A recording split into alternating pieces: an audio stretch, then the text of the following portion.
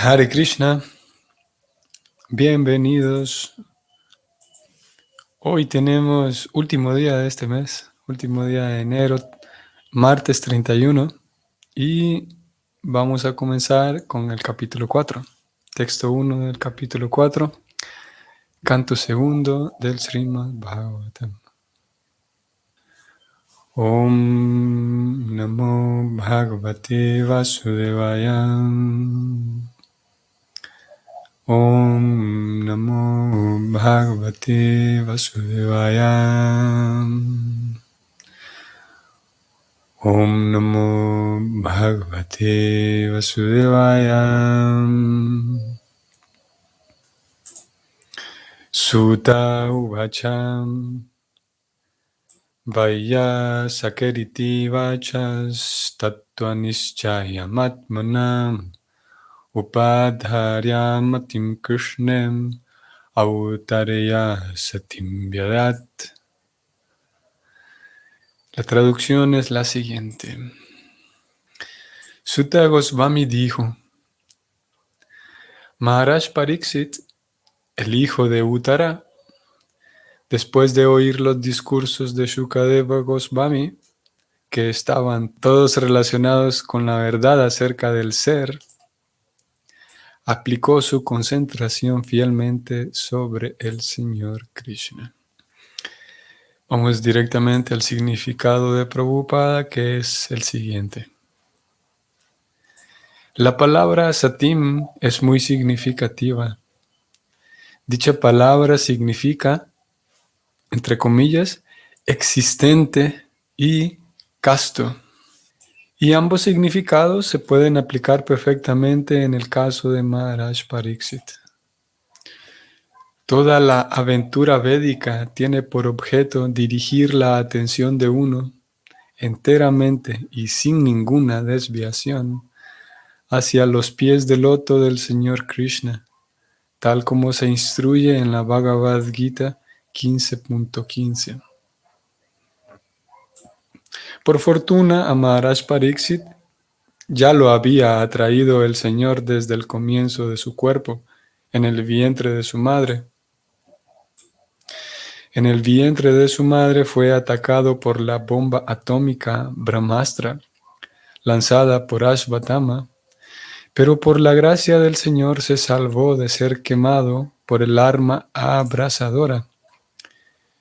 Y desde entonces el rey concentraba la mente en el Señor Krishna, de modo continuo, lo cual lo volvió absolutamente casto en el servicio devocional. Así que, como algo natural, él era un devoto casto del Señor. Y al oír además a Srila Shukadeva Goswami decir que se debe adorar al Señor únicamente y a nadie más, aun a pesar de que se esté lleno de toda clase de deseos o de que no se tenga ninguno, el afecto natural que sentía por Krishna se fortaleció. Esto ya lo hemos discutido. Para volverse devoto puro del Señor Krishna, son sumamente esenciales dos cosas. Importante esto que viene. Número 1, tener la oportunidad de nacer en la familia de un devoto. Y número 2, tener las bendiciones de un maestro espiritual genuino. Por la gracia del Señor Krishna, Pariksit Maharaj tuvo ambas oportunidades.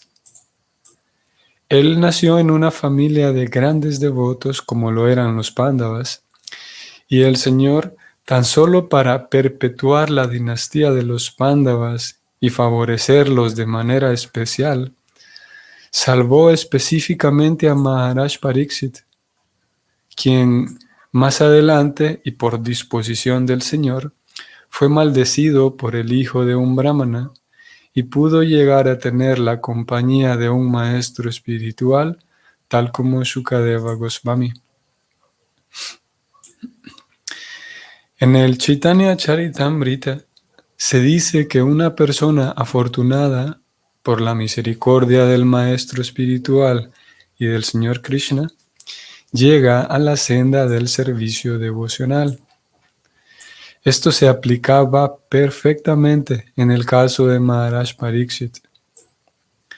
Por haber nacido en una familia de devotos, él se puso en contacto con Krishna de manera automática y después de tener ese contacto recordaba al Señor constantemente.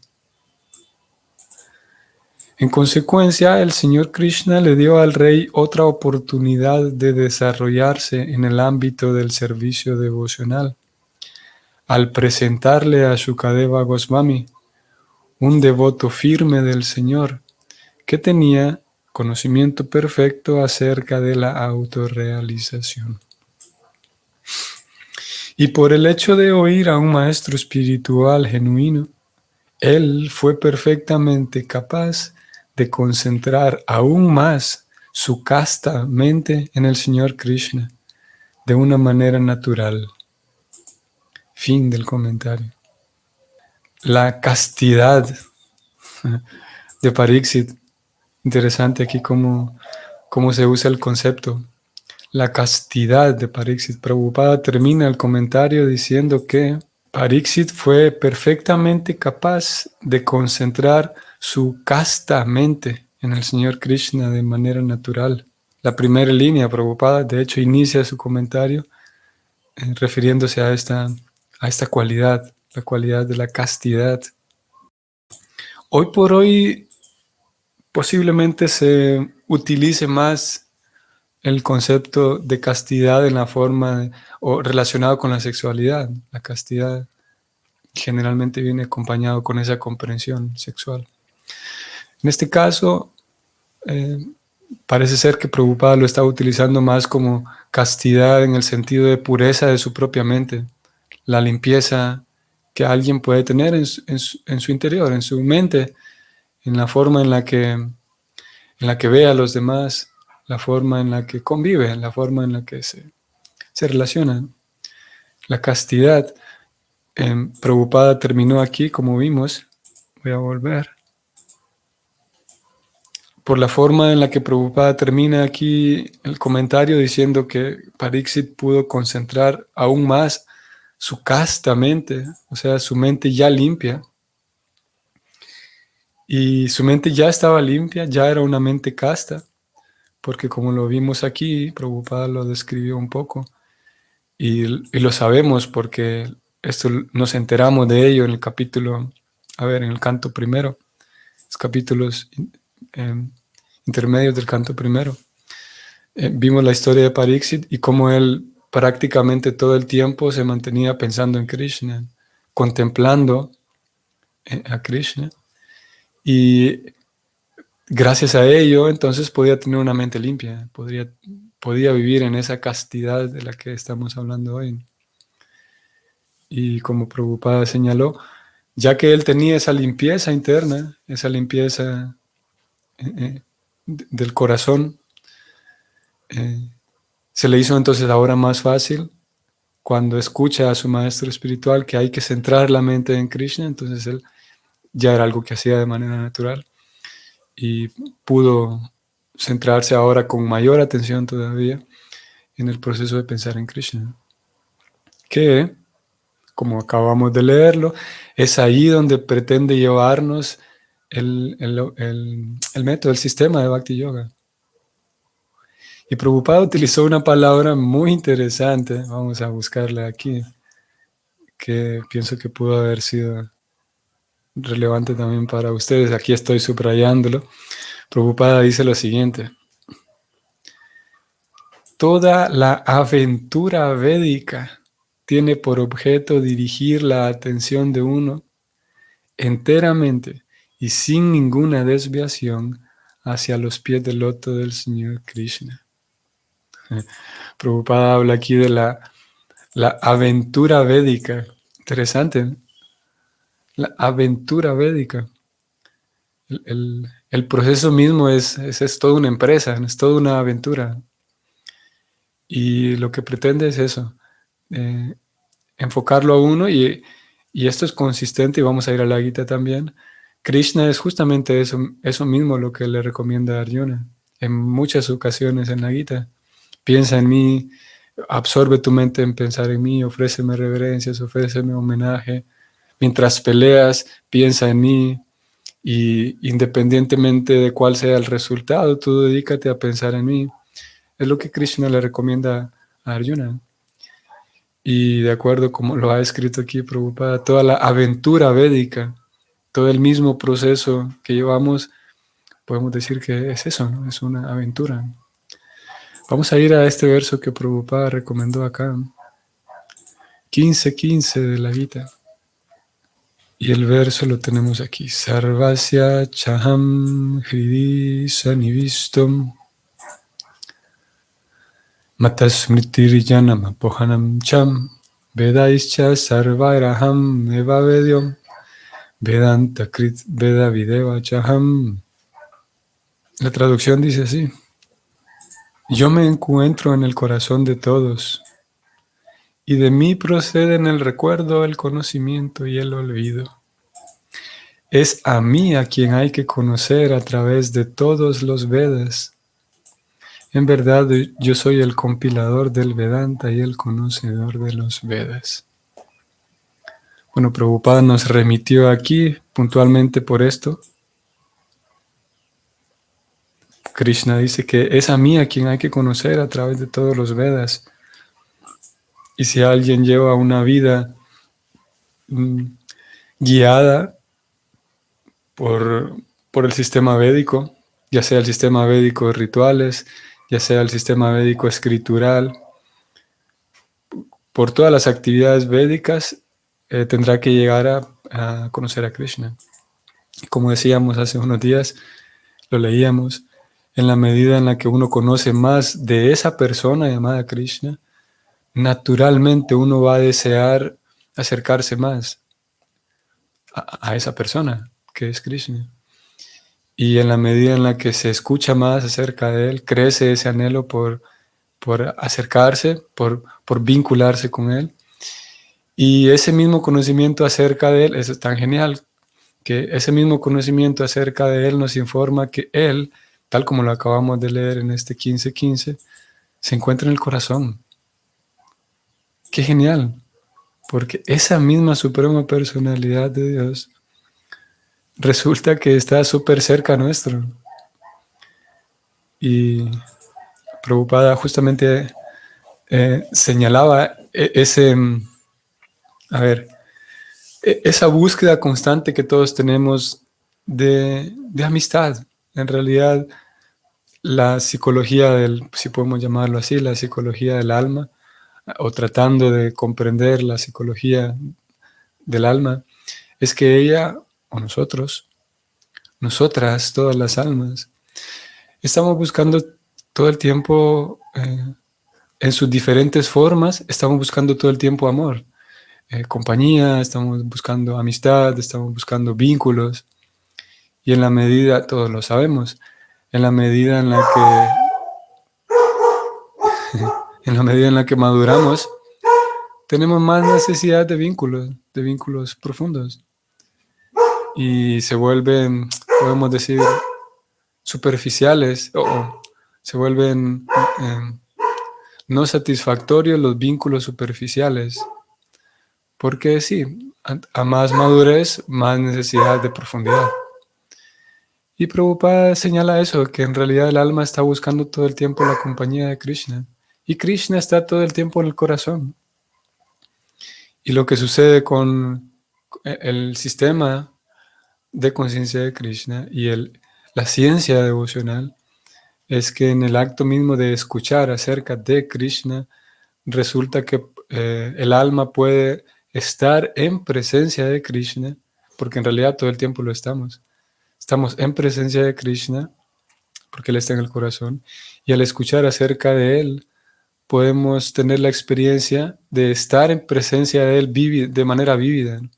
Es algo que hace falta ponerlo en la práctica, ese laboratorio, para percibir esa realidad, de que ese anhelo por amistad, por compañía y por todas las diferentes formas de amor, Ese anhelo queda satisfecho cuando el alma comprende que, esto que acabamos de leer aquí, cuando el alma comprende que Krishna está en el corazón, y a través del acto de escuchar de ese Krishna que ya está en mi corazón, cuando escucho de ese Krishna, siguiendo el método, siguiendo lo que el Bhakti nos recomienda, entonces queda satisfecho de manera profunda el deseo de conexión con Dios, o el deseo de conexión en general, deseo de conexión profunda, de amistad, de amor, de compañía, de camaradería.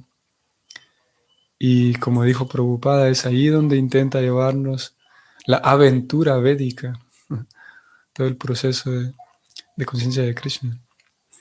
Vamos a volver al verso. Voy a mencionar brevemente aquí estos dos requisitos. Prabhupada escribió lo siguiente: para volverse un devoto puro del Señor Krishna son sumamente esenciales dos cosas: tener la oportunidad de nacer en la familia de un devoto y tener las bendiciones de un maestro espiritual genuino.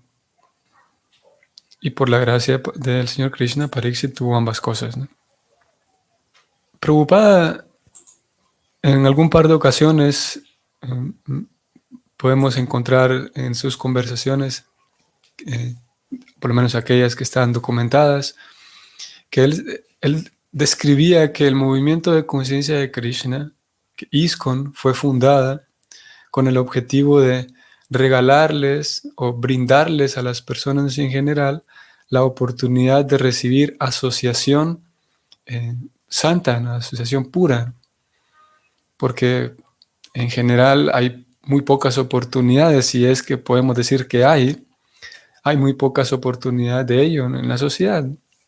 Poder acudir a un círculo, a un lugar, a un centro, en donde la compañía que yo encuentre ahí sean personas limpias, personas castas, como ya leímos. Y debido a que no hay eso, Prabhupada dice, ISKCON busca eso, brindarle a la sociedad la oportunidad de que las personas tengan compañía de personas santas. Un objetivo bastante pretencioso, podemos decir. Pero bueno, Prabhupada así lo definió. Como dije, en 2-3 ocasiones uno puede encontrarse con declaraciones así de Prabhupada. Porque él esperaba eso, que sus centros, los centros que él fundó, los centros de ISKCON, sean escuelas, sean lugares de entrenamiento para que aquellas personas que ahí viven puedan reflejar con su propio comportamiento esa castidad de la que hemos venido hablando aquí. Y al tener lugares de esa naturaleza, entonces la sociedad en general puede acercarse, nutrirse, puede formarse también, puede inspirarse para realmente captar la idea y valorar el punto de que vale la pena llevar una vida casta, cultivar pureza en su vida. Vale la pena porque yo veo que estas personas lo han hecho. O tal vez no lo han hecho en un 100%, ¿no? Pero definitivamente que estas personas expresan cierto grado de castidad, de pureza. Entonces, la sociedad en general puede inspirarse para hacerlo, puede, mantenerse inspirada por aquellas personas que lo están haciendo y al mismo tiempo formarse. De tal manera que, voy a volver a lo que Prabhupada dijo aquí, de tal manera que, si bien es verdad, estas dos cosas son esenciales, nacer en una familia de devotos y tener las bendiciones de un maestro espiritual genuino, para la gran mayoría de personas, el requisito primero, no requisito, pero el primero de los dos ítems está ausente, ¿no? Para la gran mayoría. Nacer en una familia en la cual desde el nacimiento se pudo haber cultivado el apego natural al servicio devocional, es poco. Aunque sin duda que hay, ¿no? Hay personas que de manera, digamos, desde su edad más temprana pudieron tener una comprensión, digamos, de que o es necesario servir a Dios, acudir de alguna manera a Dios. tal vez no en un ambiente devocional Vaishnava, pero sí recibiendo desde la niñez la comprensión de que Dios es quien guía mi vida, de que yo estoy dependiendo de Dios y ideas similares, ¿no? Lo cierto es que como la gran mayoría no tenemos o no tuvimos, digamos, un ambiente completamente espiritual desde la niñez, entonces Prabhupada abre esos centros de formación. ¿Qué es eso? ISKCON es una gran institución para la formación, tal como lo declara el primer propósito de ISKCON, escrito por el mismo Prabhupada. Ese primer propósito dice que intentamos educar a la gente en general en las técnicas de la vida espiritual, para que con ello se detenga el desequilibrio de valores y por fin haya paz y unidad verdaderas en el mundo. Así que esos centros de ISKCON, que es eso, una institución para educar y para formar, esos centros buscan entonces que uno se forme de tal manera que aún a pesar de no haber tenido, en el caso de quienes no lo hayan tenido, de no haber tenido un ambiente espiritual desde la niñez, aún así uno pueda cumplir este segundo ítem, conseguir lo que es el más importante, y es conducir mi vida de tal manera que pueda tener la guía, el refugio, el respaldo de un maestro espiritual genuino.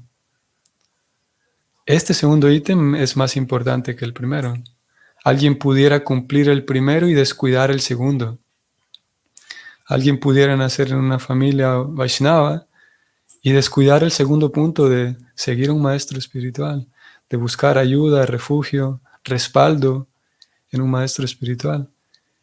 Y si descuida este segundo punto, la aventura védica no será tal cosa, no será una aventura. Posiblemente se vuelva más bien una tortura si sucede que la persona está siguiendo todo de manera forzada. Pero no sucede lo mismo al revés. O sea, uno pudiera, como acabo de decir, uno pudiera no cumplir este primer requisito, incluso haber tenido una infancia completamente contraria incluso a la vida devocional. Pero si nos ponemos serios en cuanto a lo segundo, a tener las bendiciones de un maestro espiritual genuino, entonces la aventura védica sí es tal cosa. Encontrar la inspiración, la guía, el refugio, el respaldo, el- el- la motivación en un maestro espiritual genuino, eso es más importante. Y una vez llegado a la vida devocional, es requisito también, es necesario que para que la aventura védica se dé, hacer un trabajo de introspección, hacer un trabajo de purificación de mi propia persona. Y eso va a incluir también aquel trabajo que tiene que ver con mi propia psicología, es un trabajo psicológico, de comprender mi propia niñez, de comprender y tratar de limpiar mi propia vida, tratar de ser un ser humano funcional. Y para hacerlo hace falta prestar atención a mi propia conducta y en muchos casos, sí, generalmente, para poder mm, rectificar, podemos decir, poder poner en orden mi propia conducta, mi propia forma de convivir, mi propia forma de vivir. Hará falta, sí, retroceder un poco y comprender y poner en orden eh, ciertos aspectos de mi vida que se pusieron en desorden desde la niñez. Eso sí hará falta, de tal manera que hoy por hoy en la vida adulta uno pueda cultivar una vida de ashram. Hace unos días mencionamos brevemente este punto.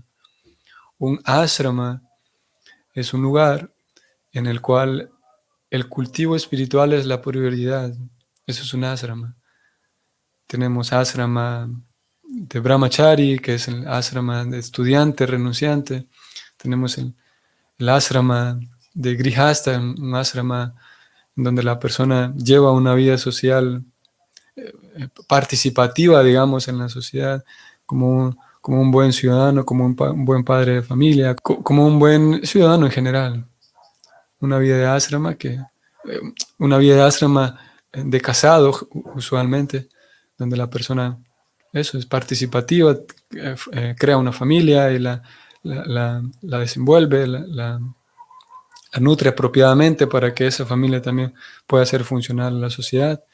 Y en ambos casos, ya sea de renunciante o de casado, en ambos casos la persona puede cultivar y debería cultivar la vida de ashrama. O sea, el lugar, el espacio en donde habito, siempre está diseñado o debería estar diseñado para que el cultivo espiritual sea la prioridad. Un lugar en el cual yo me pueda sentir seguro para llevar a cabo mi vida espiritual. Un lugar en el que pueda estar yo resguardado. Y si es un lugar seguro para la vida espiritual, entonces otros Vaishnavas que posiblemente van más adelante que nosotros, bueno, vamos a tener Vaishnavas con quienes hacemos amistad, que llevamos, digamos, un mismo ritmo, que estamos en situaciones similares. Con estos Vaishnavas voy a hacer amistad y ellos se van a sentir cómodos al visitar mi hogar, porque es un ashrama. Y al momento de acudir ellos a mi lugar, entonces vamos a poder realizar de manera natural actividades espirituales. Y así afianzamos más la amistad con ellos y afianzamos más la vida espiritual. Y también el caso de los otros Vaishnavas que van más adelante, otros Vaishnavas de quien voy a recibir consejo, de quien voy a recibir guía, de quien voy a recibir inspiración. Esos Vaishnavas también cuando me visiten, cuando se dé el caso, también se va a dar una atmósfera propicia para el avance espiritual si yo tengo un ashrama, si yo cuido que mi ambiente personal, mi ambiente familiar, lo primordial sea la vida espiritual. Y al hacerlo, nuevamente, se vuelve una aventura. No necesariamente un ashrama, no necesariamente mi casa, cuando es primordialmente espiritual, tiene que ser aburrida y tiene que ser un asunto militarizado, de que me voy a comportar como un militar y voy a tener una disciplina irracional para torturarme a mí mismo. Puede ser que alguien tenga esa impresión, pero no es así. Se puede llevar una vida con prioridad espiritual y al mismo tiempo una vida satisfecha, satisfactoria. No necesariamente ser, como dije, un militar que no me permito ni a mí mismo descansar, no me permito ni distraerme, no me permito ni recrearme, porque de hecho Krishna condena eso. Krishna, sabemos eso en la Gita, lo declara así: nadie puede practicar yoga apropiadamente si no tiene una vida balanceada en cuanto a comer, recrearse, trabajar, diferentes actividades. Así que, si bien es verdad, con esto terminamos, si bien es verdad, Prabhupada habló aquí de estas dos cosas que son esenciales: nacer en una familia de devotos y tener la gracia del maestro espiritual. La gracia del maestro espiritual es más importante. El proceso de conciencia de Krishna busca entregarnos los medios para conseguir la gracia del maestro espiritual y para llevar también hoy por hoy, si es que no nacimos en una familia devocional, llevar hoy por hoy un hogar devocional, una vida familiar devocional, de tal manera que aún de esa forma cumplimos con los dos requisitos o podamos cumplir con estos dos requisitos. Y hacerlo se vuelve una aventura, la aventura védica. Ok, ahí vamos a detenernos. Bueno, y que tengan entonces un bonito día. Nos vemos el día de mañana. Hare Krishna.